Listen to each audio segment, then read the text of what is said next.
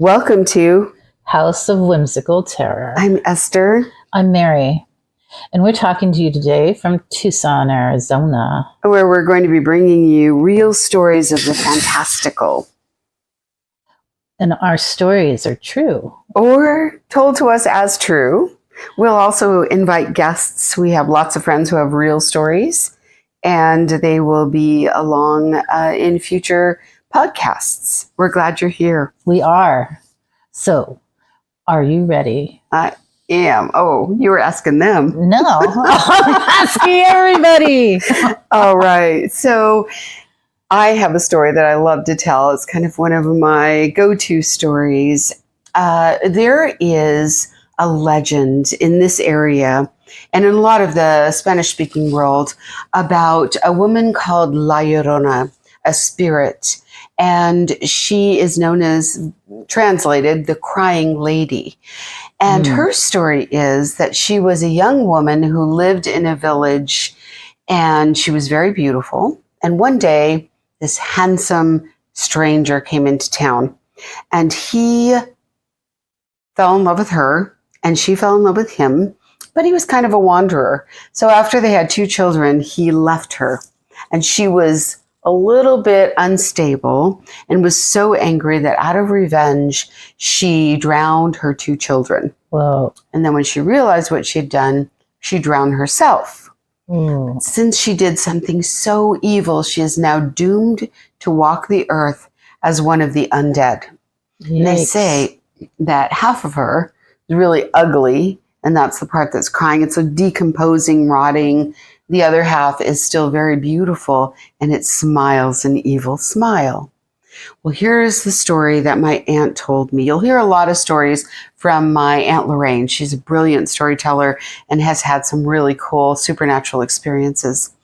This I can't wait to talk about that. Yes, and hopefully we'll have her on as a guest. Absolutely. So this story is about her cousin, which I guess would also be my cousin, and but it happened long before I was born. He lived in a little town in Arizona called Gila Bend. Gila Bend is tiny, and he worked really hard. He did construction, and it's so hot in the desert where we live. Oh, yeah. It's up to like, what, today, about 106 Fahrenheit? Probably, yeah. And so he worked super hard, and at the end of the day, he was exhausted. This particular day, it was a Friday, and he wanted to go out with his friends. So he did. So worked all day, then partied really hard, and then went home and just passed out. Well, about 1 o'clock in the morning, he got a phone call, and it was from his mother. And she said, "Mijito, you have to come home. Your grandmother has passed away." His mother was crying and just distraught and wanted her son home with her. And so, of course, like you do, you get in your car and you start driving because your mama says she needs you. Whatever your mama says. That's right. That's right. So he gets in the car and he starts driving. Now and Mary and I know this, between Gila Bend and Ajo, Arizona, there is nothing. I mean, you're lucky if you see a telephone pole, no shops, no nothing. At 1:30 in the morning when he was driving, there's not even another car on the road. There's no light. No light either, no street lights, no road lights, nothing. Well, it was a full moon this particular night, so he was lucky, and he had his brights on, and he was driving, he was exhausted. He was so tired that he would nod off and his head would hit the steering wheel, and that's what would wake him back up. Well, at one point, he started hearing the sound of someone crying, and he thought, that's strange, like, it seems like I would have driven past it, but who's crying in the desert where there's nothing? Like, it's just desolate. Then he realized, coyotes, the coyotes. The coyotes. They sound like babies crying when they're out in the desert. They do. And so he just figured, he passed it off onto coyotes, but as he was driving, he could still hear it. And he should have outdriven where it was. So he, is trying to stay awake, listening to music, snacking on, sunflower seeds, all those things you do to try to keep yourself awake. And all of a sudden up in the road, he saw what he thought was a woman standing in the road. And he thought, oh no, like she must need help. And what is she doing? Someone must have like kicked her out of a car or something, because nobody lives out there. Mm-hmm. I mean, they live out there, but not right by the road. So he got worried and he thought, this woman needs my help. So he started to slow down, and the crying sound got louder. And he realized it is not coming from the coyotes. That sound is coming from the woman. Oh, no. Yeah. So he started to speed up so he could get to her quicker and help her out. And as it got closer, he realized she wasn't standing on the road. She was hovering about 3 feet above the road. Oh, no. Not in the middle of the desert in the night with a full Exactly. moon. No. So as he got even closer, he realized that part of her looked strange, almost like it was rotting off. And the other half looked really beautiful.